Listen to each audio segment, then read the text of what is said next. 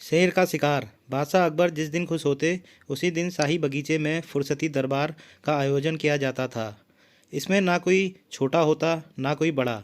बादशाह कोई सफूगा छोड़ते और दरबारी उस पर अक्ल के घोड़े दौड़ाते।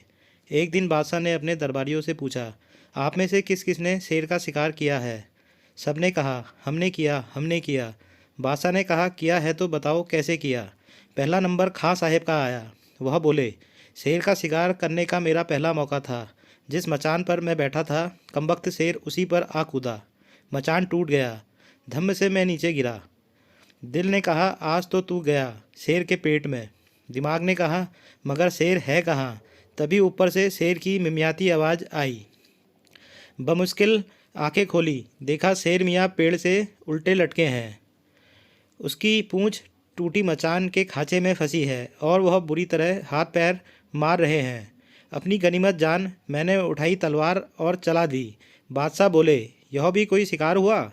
चूहेदानी में फंसे चूहे को तो कौवा भी मार सकता है। दूसरा नंबर मिर्ज़ा का आया। मूँछों पर ताव देते हुए वह बोले, एक दिन मैं शिकार खेलने गया।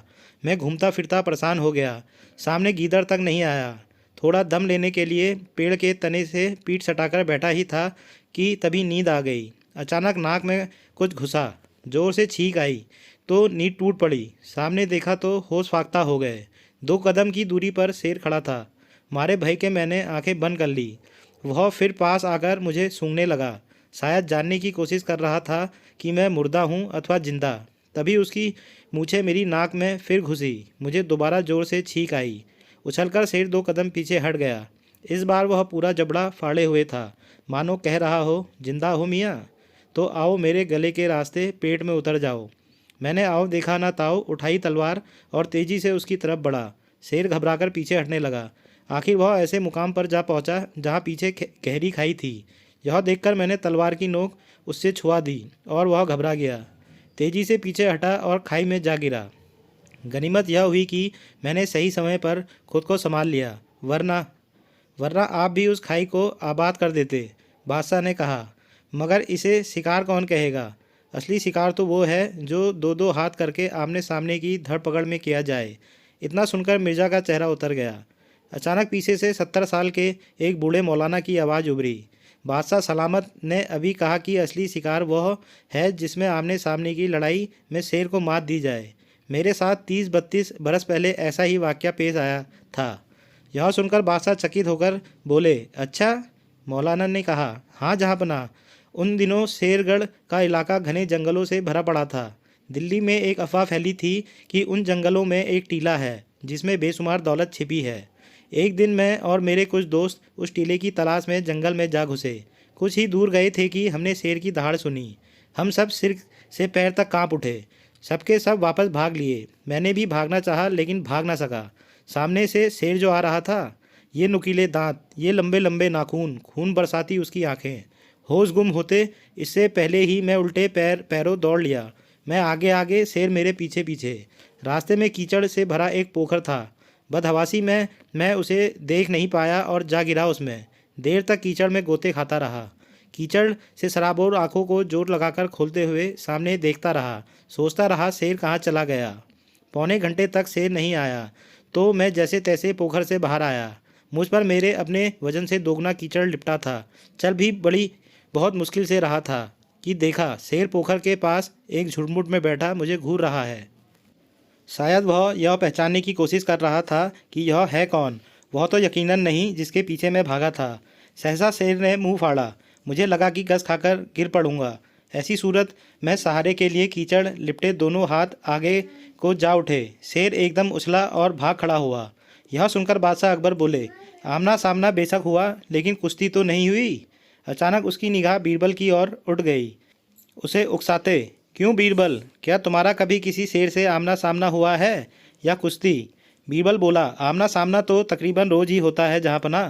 रही कुश्ती की बात तो वह बादशाह सलामत के हाथ में है, जब मर्जी हो जाएगी। बीरबल की बात सुनकर बादशाह मुस्कुराते हुए बोले, तुम हमेशा सारी तोहमत हम पर थोप कर साफ बच निकलते हो, लेकिन आज नहीं निकल पाओगे।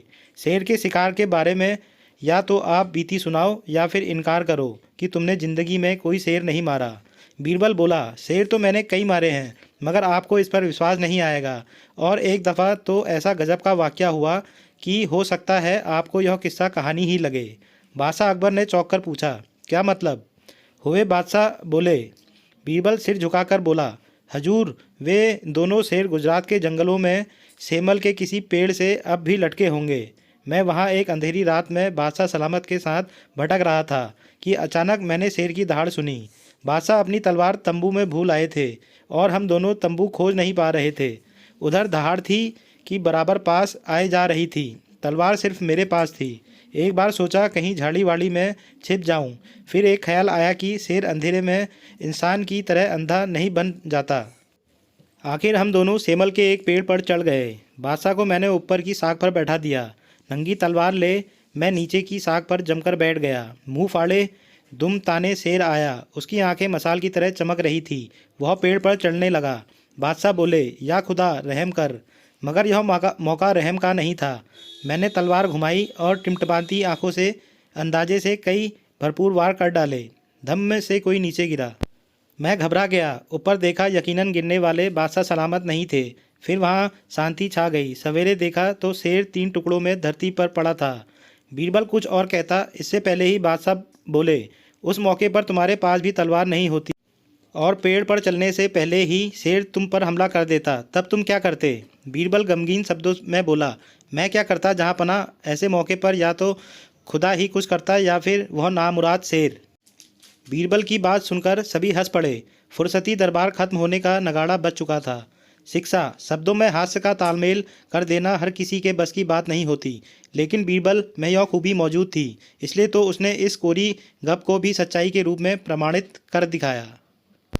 हेलो दोस्तों, आप सभी को हमारी ये कहानी कैसी लगी? अगर हमारी कहानी अच्छी लगी हो तो हमारे चैनल को सब्सक्राइब, लाइक और शेयर करना ना भूलें। धन्यवाद दोस्तों।